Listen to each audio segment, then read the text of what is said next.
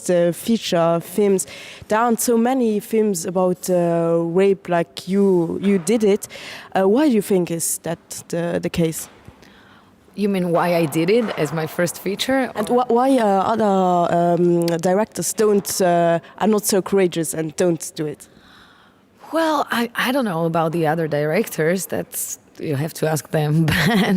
But for me, it was not hard to choose because I did it because I have many friends and people around me who's been experiencing like a same sort of stories as in my movie, and I thought I just, when I do film, it's some sort of communication with the people and with the world, so I just don't want to talk about nothing. I want to talk about something what I think is important, and I still think it's one of the last taboo definitely in my country and maybe all around Europe.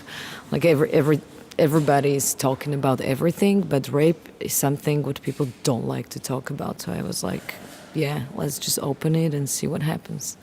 And do you have the feeling that you already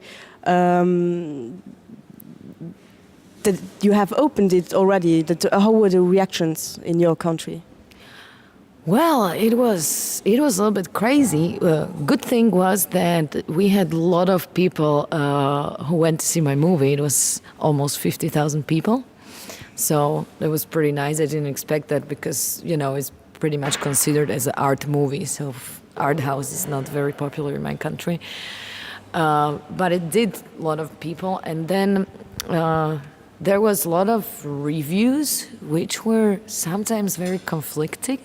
Like, for example, there was this one review people just started to talk about and review the review, and this guy was writing about my movie, and I'm okay with criticism, but he was asking these weird questions like, so Tereza Nvotová is trying to tell us that we should feel guilty because we have penises and stuff like that, and that Slovak cinema is over-feminized, which is totally ridiculous, So that's how it started, and people started to react on that. And of course, Slovak cinema is not over-feminized because we are like 6 women directors like throughout the history of Slovak cinema. So that would be pretty successful. We can do it.